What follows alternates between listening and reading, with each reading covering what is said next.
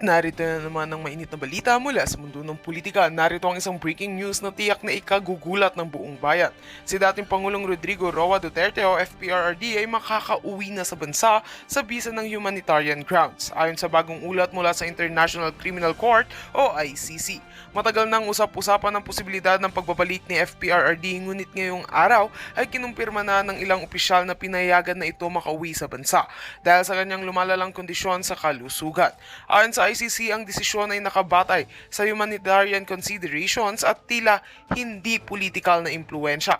Kasabay nito, isang issue rin ng sumabog umano'y may bilyong pisong suhol na inalok ng administrasyon ni President Kuting ng Norte Jr. sa ICC para ituloy ang investigasyon laban sa mga sangkot sa war on drugs. Ngunit ayon sa mga insiders sa The Hague, hindi ito umubra.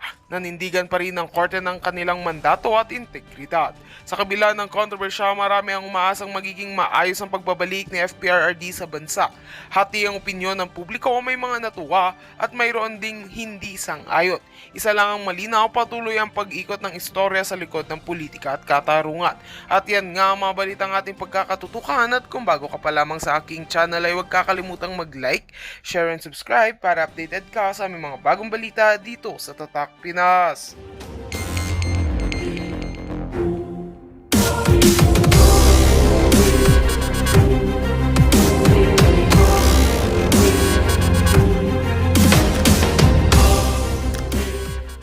Talagang doon mo nakita na talagang siguro kaya nagkaganon dahil nga may karamdaman siya, pero talagang pinilit niya pa rin na mas unang asikasuhin tayo kaysa sa sarili niya. Ang galing talaga ni Pangulong Duterte. Hindi talaga matatawaran ng sakripisyong ginawa niya para sa bansa natin.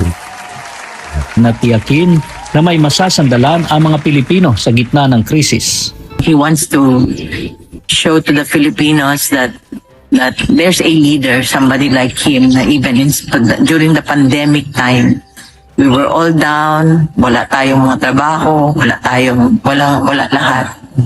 There was somebody, there's a government who supports the people, supports the country. Samantala, ibinahagi rin ni Hanilet ang kalagayan ng dating Pangulo sa International Criminal Court o ICC Detention Center.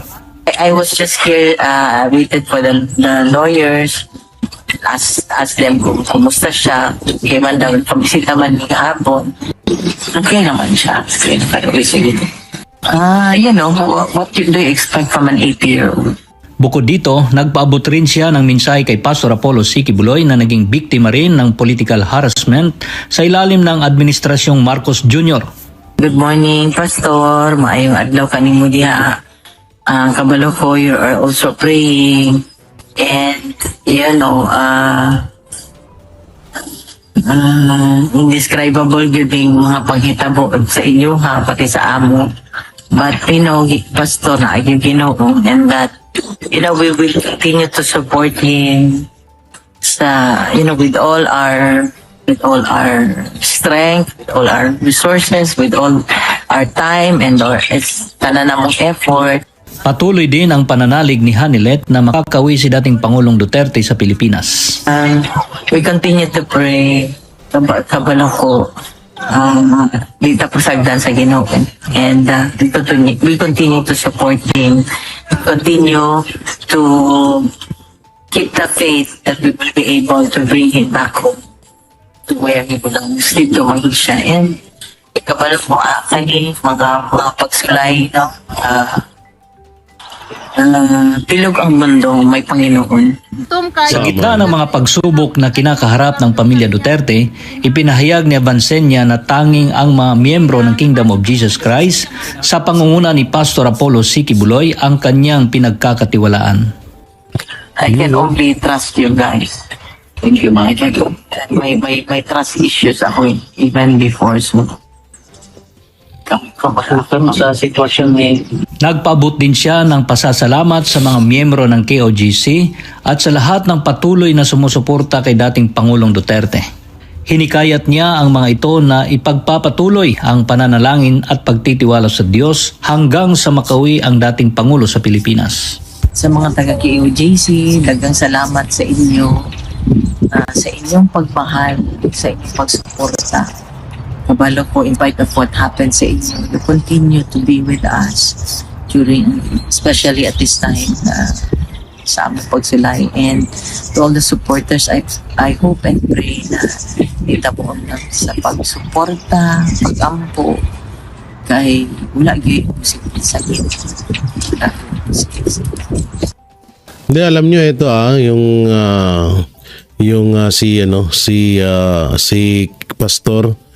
Pastor si kay Pangulong Duterte. Alam nyo talagang alam nyo ba na sa lahat ng tumulong or matatawag na kilalang tao na nagbigay tulong nung pandemya, pinakamalaking tulong, isa sa sa totoo ayaw ho ito malaman ng ayaw ito malaman ng or hindi nila ito pinagyabang ni minsan at hindi rin nila to ipinabalita. Partida may network pa silang SMNI niyan. Si Pastor Apollo Sikibuloy po ang isa sa mga malaking naitulong nung panahon ng pandemya na hindi natin nalaman yun. Sabi ko nga sa inyo paulit-ulit ko to sinasabi na si Pastor, kung masamang tao si Pastor Apollo Sikibuloy, hindi siya magiging kaibigan ni Pangulong Duterte. Kahit sino ka pa, sabihin man na kaibigan ka ni Duterte, kapag ikaw ay isang tarantadong tao, isa kang may ugali kang demonyo, talagang susuwagin ka ni Pangulong Duterte. Ganyan siya. Pero dito may kita nyo, ito yung patunay na talagang yung lahat ng ibinibintang kay Pastor ay talagang isang pawang kasinungalingan lang. At si Pangulong Duterte ang isa sa ebidensya na kung gaano katotoo na matulungin, may malasakit at karapat-dapat na maging senador. Etong si Pastor Apollo Sikibuloy, dahil kay Pangulong Duterte yun. Siya yung naging patunay talaga. At ito, tutusin, di ba? Palagi natin inilalabas na noon pa man tumutulong na si Pastor sa mga kababayan natin. Hindi nga lang siya katulad ng ibang mga tao na konting may ibigay lang na ganito, pinagmamalaki na. Si Pastor hindi. Yung pangangandidato nga ni Marcos Jr. Di ba? Bilyon po ang ginastos ng KOJC. Ni minsan hindi nagyabang, hindi nanumbat ang KOJC or si Pastor na bilyon po ang ginastos nila sa pangangampanya ni President Bongbong Marcos. Pero anong nangyari? Nung natapos na ang kailangan ni Marcos sa KOJC at lalo na kay Pastor, ayun na, tsapwera na sila. Ayun yung tinatawag na wala talagang utang na loob itong mga tao na to. Nag-iisa lang po ang SMNI na talagang umalalay kay Marcos Jr. nung panahon ng eleksyon. Dahil nga, kaya nila ginawa yun dahil kay Vice President Sara Duterte. At ayun nga masakit dun, kung sino pa yung talagang malaki ang naitulong sa administrasyong Marcos na kung bakit sila nakatungtong ulit sa pagiging presidente, paano sila ulit makabalik. Yung mga tumulong na yun, yung pa yung mga talagang una nilang winalangya at ginipit. At yung mga matagal nang kumakalaban sa kanila, yun pa yung kinampihan nila ngayon. Ganyan ho sila kamanggagamit. Katulad na lang ho niyan, yung mga NPA na pag-alagala ho dyan sa gobyerno na may mga sari-sariling posisyon na kahit convicted na, pag-alagala pa rin. Yung mga network na dating nagpi-fake news, dating kumakalaban kay Marcos, kakampi na nila ngayon.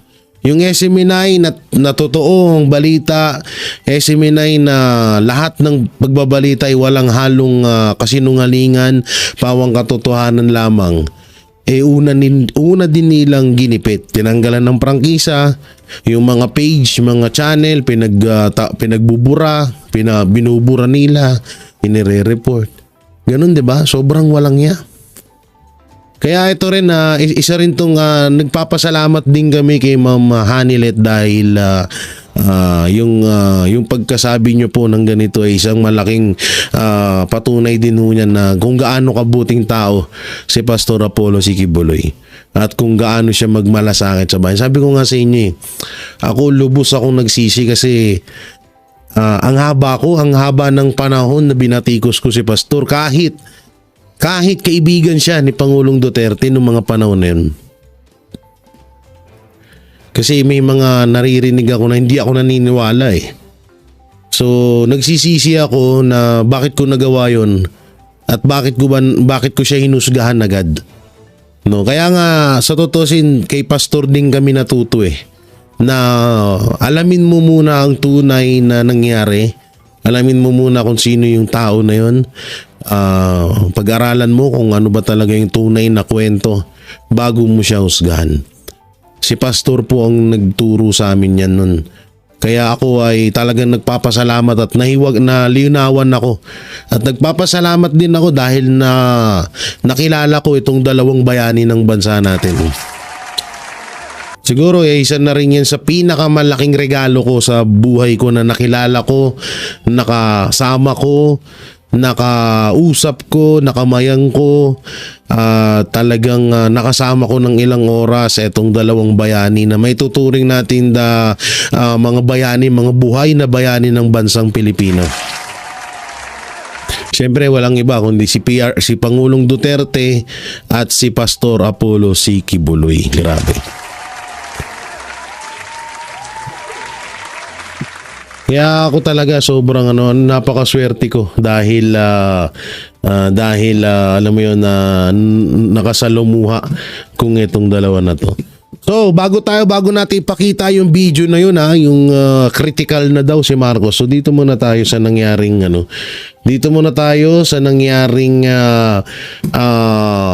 hearing. Yan, hearing ni Madam Amy, no? Na hanggang ngayon hindi pa rin ako naniniwala. Ewan ko kailan ako mapapaniwala ni Amy, parang hindi ko kaya ata. Parang wala akong panahon. Parang wala akong panahon na sa totoo lang tinatamad na rin akong pag-usapan, pero hindi pala muna yan ang papanood ko. Nakikita nyo ba yan? Yan oo.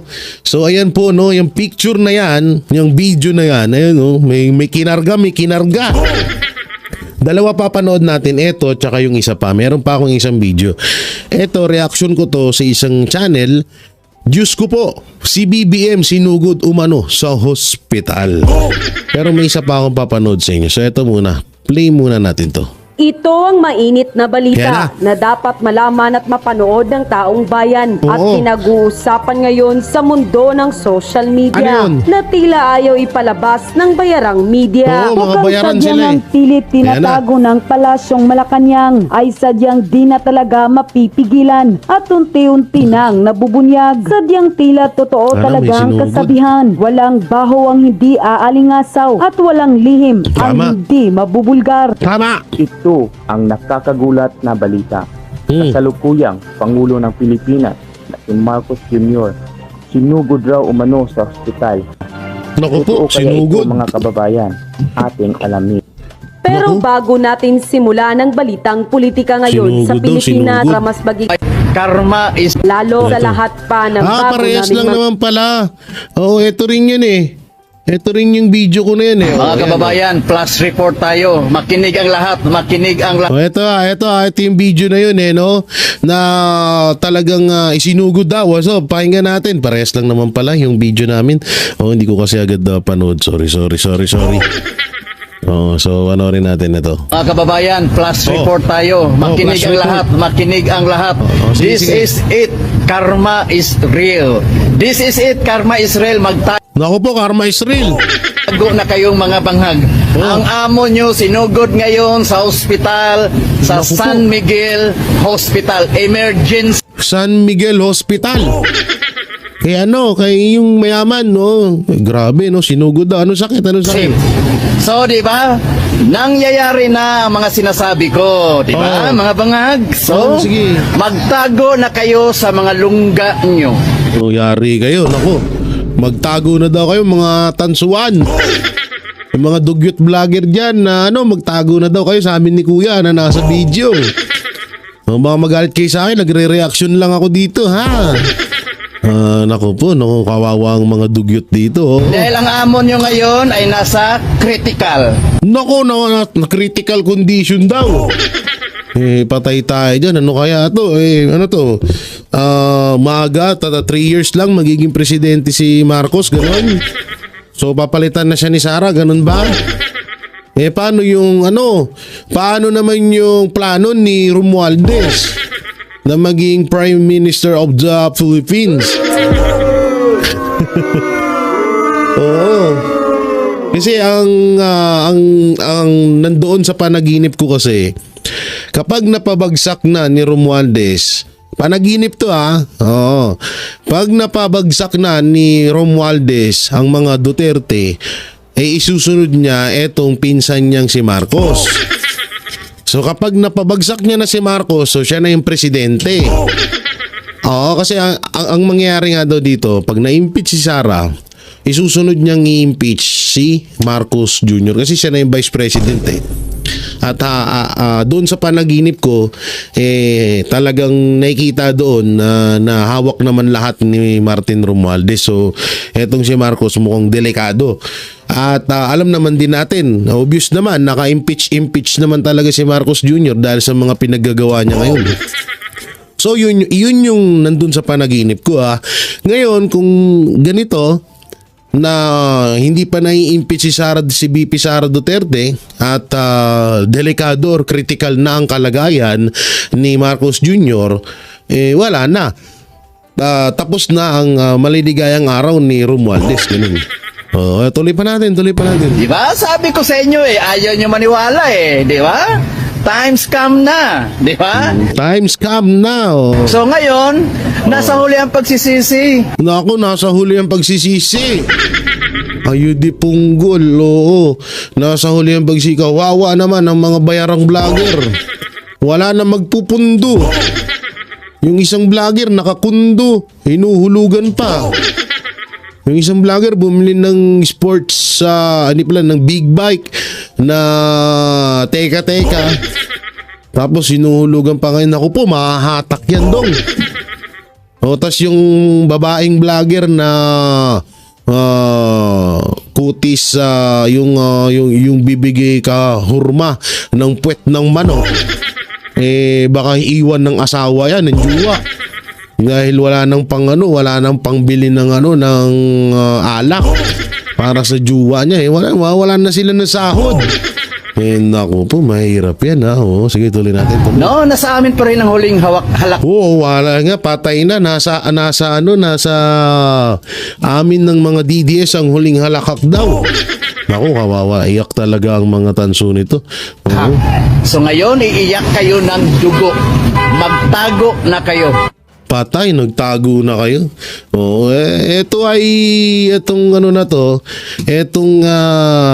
Tawag dito, video na to, yan. So, natin. Yan pong video na yan ay yan po ay isang video na kung saan ay recorded, no? At wala tayong kinalaman dyan. Tayo ay nag-reaction lamang sa bidyong ito, ha? Oo, kasi baka mamaya may may chupulangkot baby ko muna tanga-tanga. Nasabihin nagpapakalat tayo ng fake news. Pero kung ano man ito ay nag-reaction lamang ho tayo. Pero kung ganun man talaga, kung totoo man ho yun, na etong si Marcos ay dinala sa ospital, bukod dun sa wala namang may pake, sa totoo siya wala rin po akong pakialam. Wala rin po akong pakialam kung anong mangyari kay Marcos. Basta ang pakialam ko ay kay Pangulong Duterte, no? So, ewan ko na lang kung totoo po ito. Siguro mag-update na lang tayo. Tayo ay hindi naman po tayo nananalangin na mamatay na sana si Marcos, 'di ba? So hindi naman ho tayo ganun. Kahit na against po tayo sa mga ginagawa niya, syempre tao pa rin po 'yan. At tao ba talaga? At syempre kailangan din nating wag naman ho tayong ganun, no? Okay, pero kung talagang mamamatay na siya, wala, panahon talaga, ganyan talaga buhay, unahan lang. Malay mo, sa susunod, yung pinsan mo naman ay... Hindi, yun ay nag-reaction lamang tayo doon sa video na kesyo critical nga daw. Kasi nga ito rin naman din nung nakaraan, etong si Marcos Jr. ay talagang naispatan na parang alam niyo, naispatan siya na hinihingal. Oo, tapos parang maga daw yung mukha, ganun.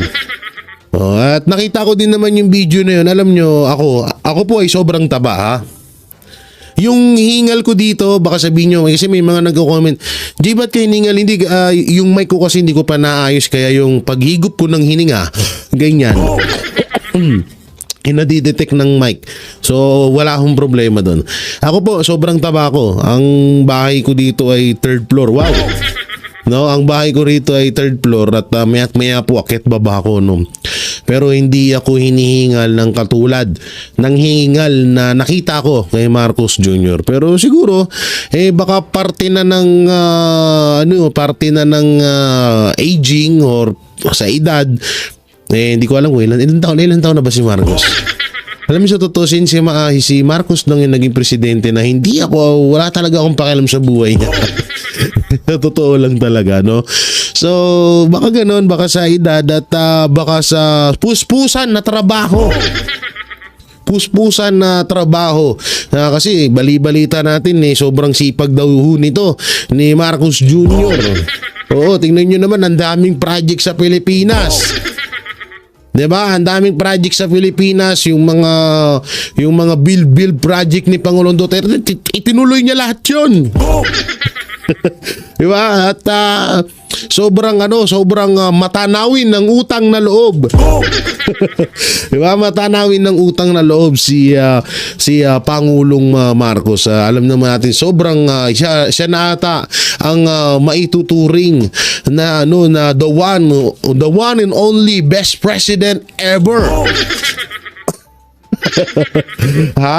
Siya na ata yung maituturing natin na papangalawa sa pinakamagaling na presidente kay Pangulong Duterte, no? Palakpan natin si Marcos.